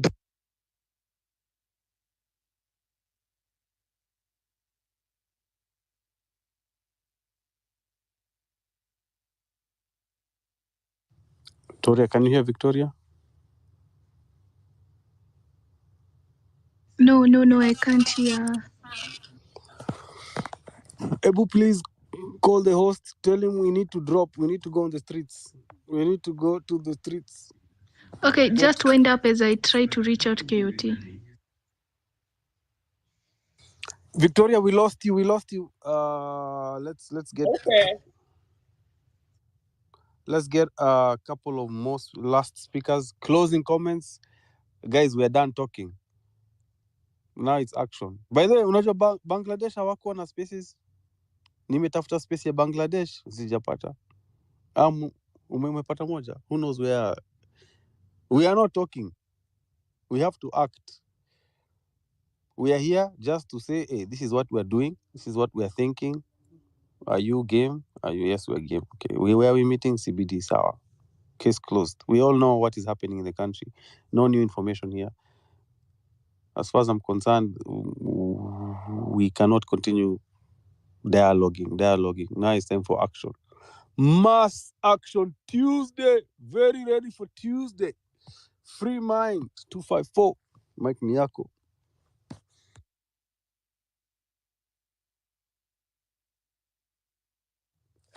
Lakini, please, if you're ready to speak, lift up your hand so I can know you're ready to speak. Please lift your hand. I will pass you the microphone. Please lift up your hand. I will pass you the microphone. Otherwise, we're dropping the space. We are dropping the space. We're heading to CBD. We're heading to town. We are going to town. I'll give the microphone to Trish. Trish Karanja. Can you hear me? Yes, I can hear you. Good morning, everyone. Yeah. Morning. So, first of all, thank you for having this space. And let me say that we need to be on the streets as early as of now, because the more we continue telling each other tunapanga, tutatokea, it seems that we are also part of that narrative, yeah. You know, this guy. So we need to go to the streets. And this time we're not going to the streets and saying, oh, we are coming out on Tuesday and then on Thursday. No, we need to go to the streets and remain there. We need to be in the streets until this guy is off that house. Until that guy is off that house on the hill. Hatufai kutoka streets ati tumeenda nyumbani leo jioni tuseme tutarudi tena on Thursday.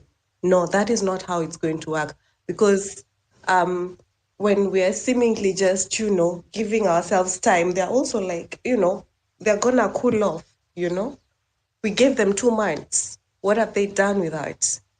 So it's time we take back that power.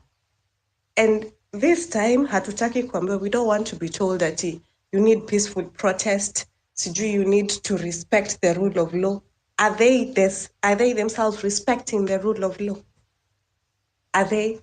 People keep telling us there's better ways to go about it. You can go to the courts. The other day we saw Masengeli amepewa 6 court orders. He's been summoned 6 times to appear in court. Did he? He did not. So we cannot be the only ones who are asked to adhere to the rule of law. So we need to be out there. We need to do it all and do the most until they come off. And they need to realize that we are serious.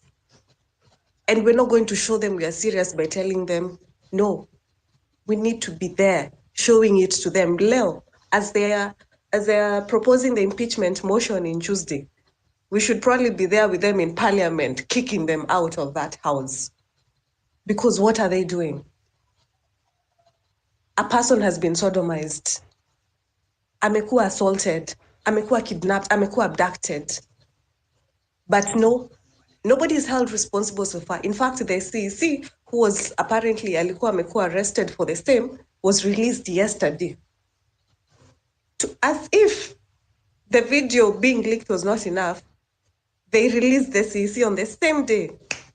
And the governor, with all his guts and his minions, flock now a press conference, and they are coming to tell us, oh, this guy insulted, oh, this guy has been doing what? So what? Is that the point where we are at in this country? That just because somebody insulted you or insulted your mother, you come out guns, brandishing guns, showing us no, guys, we cannot let some of these things continue happening. They banned kids in Endarasha. Have they ever accounted for that? So the more we continue letting them get away with this, in these 2 months, I think they have done even worse things. They wanted to sell the airport. They have banned kids. They are still abducting people. No, the grace period is over, guys. We can't continue doing this. We need to go to the streets and stay there. We're staying in the streets until we get what we want. Hii mambo ya tunaenda streets asubuhi tunarudi nyumbani jioni. On Wednesday we go to work as usual and then on Thursday is when we are resuming. No, that is not how revolutions work. When we say we are on the streets, we need to be there day and night and remain there until something happens, until what we are asking for happens. This guy will not take us seriously if we go back to the streets again this time and then tushindwe tena. He will never take us seriously. So we need it all. We need the financial support. We need, if it's Jimanjigimi, I will say it. I don't care. I'm at the point where I don't care how it's going to be perceived. So you want to say it's hate speech, you want to say it's, you're going to prosecute me for hate speech, and there's a whole person who was abducted and sodomized, and it's right in front of our eyes, and nothing has been done about it. But you're going to find me somewhere in this country and prosecute me for hate speech. Fucking do it, man. But wakirusha this time tunarusha. We need to prepare if it's, what are they called? Molotov cocktails. We need to be out in the streets with these things. Tutajaza hizi chupa, vodka and everything, and we're going to throw it back at them. Wametuzoea sana.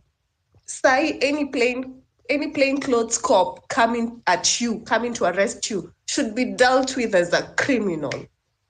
Hakuna venye mtakuwa mnakuja mnatu arrest in plain clothes. You're abducting us in vehicles that are not registered in government number plates, so that a few days later, when you're being held responsible for these abductions and killings, mnakuja mnasema, no, those were not government vehicles. That was not a government operation. We do not know who those people are. Those are goons. That is why they do that. So any vehicle that is not a government registered vehicle, any person who's not in uniform coming to arrest you, huyo anakuwa treated as a criminal, and treat him like that. Treat him as so. We're not going to be lenient anymore. They have taught us, they have shown us, and we're reciprocating that energy. Man, it's too early in the morning to be this agitated, to be this emotional. But this is where this government has gotten us. You guys saw jana, citizens ndio wanakimbiza polisi na magari. Is that what we've come to as a country? That there is somebody who's been kidnapped, but no, the state merchandise is being used to go abduct a whole nother innocent person whose only mistake is civic education to the masses. No, guys, enough is enough. Honestly, enough is enough. Let's go out. It's a revolution. It is not supposed to not have bloodshed. There's going to be bloodshed. 2, 3, 10, 100 of us are going to go down.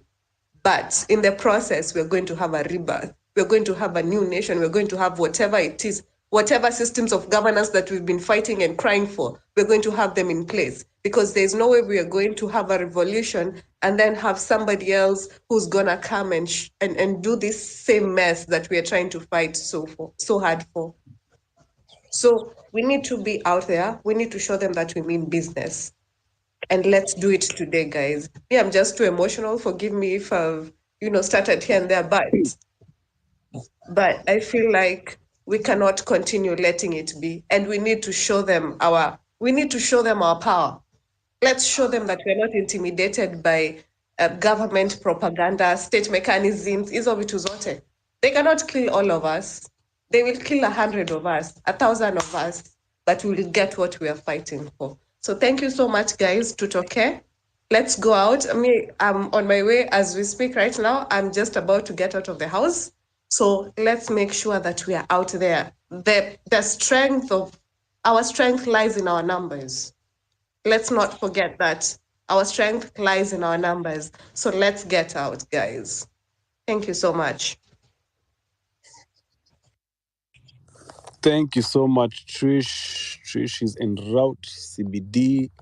Give the microphone. Guys, we're trying to shut down the space so we can all rendezvous in the city. Give me the last Sami. chance. Yeah. Final Morning, bro. chance. Like Ruto. Morning, Manze. morning. Morning, bwana. Morning, endelea mic ni Hello. yako, ongea. Hello, everyone. I hope you are good. First of all, I want each and everyone to wake up knowing that we are fighting against a system of bad governance, a system of oppressing the Kenyans. The way Ruto is torturing our lives, the way Ruto is torturing the lives of our parents, it's a wake-up call to us. Hey, my brothers and sisters, it's time we liberate this country. For once and for all, it's time we liberate this country. We are the energetic ones. We need to fight for our children. We need to fight for our parents who have worked so hard to get us educated. No jobs. Life itself is so hard. Nowadays, even marrying has become so tough. Since the economy itself, manze, tunaumia bwana. Tunahitaji kutokea watu wangu bwana. Sahi ujue hatuna mtetezi. Sisi ndio wenyewe tunapaswa tujitetee manze. Let's wake up. Let's get to the streets. The streets are calling us. Brothers and sisters, have a good day, and I wish all the best for us, and may God protect us. Thank you. Thank you so much. Yeah, may God definitely protect each one of us as we take to the streets. Thank you, Today, bro. Tony Mkenya, are you there?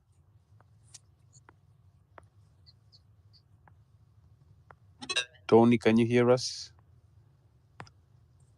Tony can't hear us.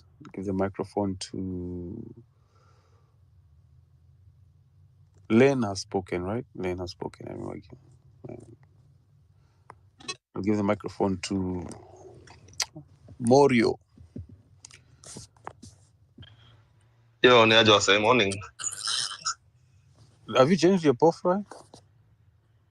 What?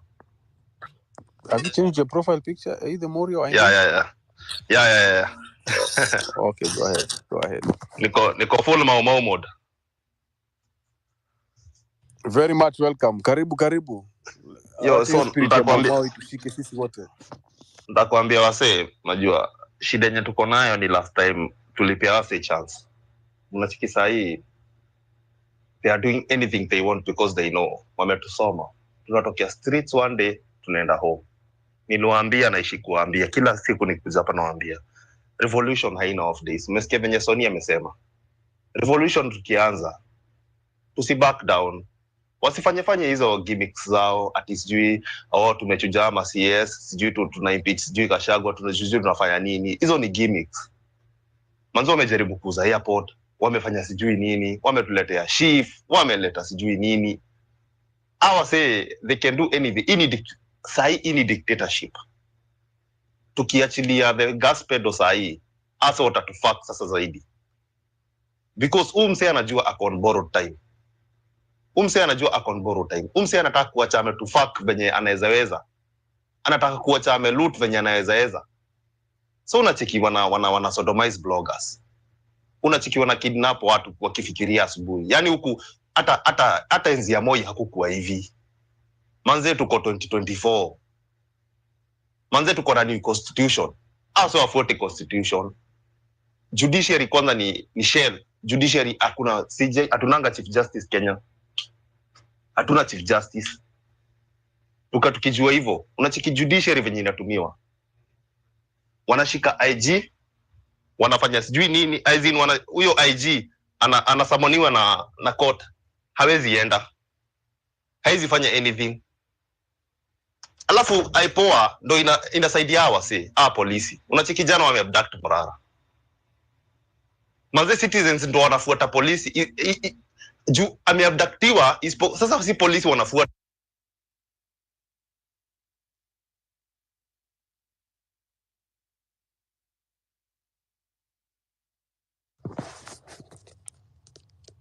Did you get a phone call? I guess you got a phone call. Amnesty?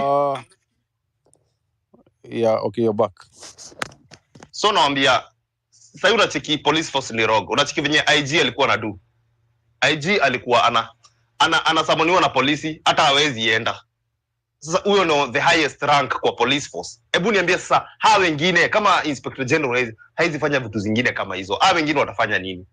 Waso wanaabductiwa, Morara anaadaptiwa. Sisi ndo tunamfuata. Manze tukitokea kwa streets tujue revolution haina off days. Sasa unasikia vile Sonia amesema. Sasa we have to fight for our country. Because hii ishakuwa dictatorship. Hata enzi ya Moi ndo nawaambia haikuwa hivi. Revolution haina off day. Tukitokea ni tutokee tukae kwa streets. Mimi niko diaspora, tunatuma do, tunaendelea kutuma do. Tunatuma do, tuna support, tunafanya kila kitu. Wenye mko kwa ground manze, msituangushe. Manze tutokee kwa streets. Manze tusi back down this time round. Revolution haina off days. Nataka nishinda nikiwaambia hivyo. Unacheki sahi tulitokea then tukatulia. So wamefanya nini? Wamejaribu kuuza airport, wamejaribu sahi wanatuimpozia shift. Sahi unajua walisema leo wataanza kudeduct yani mandatory shift deductions. Ukienda hosi watakata hiyo kitu tumeireject lakini wametuimpozia. So juu wanataka kukushika, si uko mgonjwa, ukienda any public hospital wana deduct mandatory shift. Kitu ya kwanza wanafanya buko za register shift. Sasa hii ni shit inakaaje? Hii ni country inakaaje? Country yenyewe hata hatuna IEBC, hatuwezi impeach ma MP. So wamejeka constitution, they can fuck us anyhow they want. Hawezi hata hatuwezi impeach MP. Kwa nini? Hatuna IEBC, hatuna election body. We don't have a country.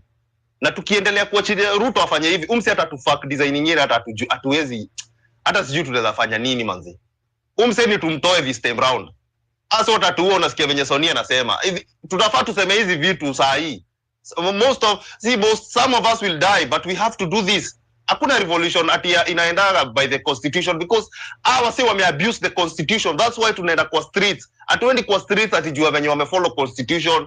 They have fucking abused the constitution. They don't follow the constitution. We don't. Hata sisi now we have to start abusing the constitution because we follow the rules, we die. Sahi tunafaa kukufa meaningful deaths. Not just like the other time, tunakufa then tunarudi then wanaendelea kutufaka. Sahi wase manze wasitufanyie gimmicks, wasitufanyie shit. Sahi sasa ni kutumalize, kufinish kumalo.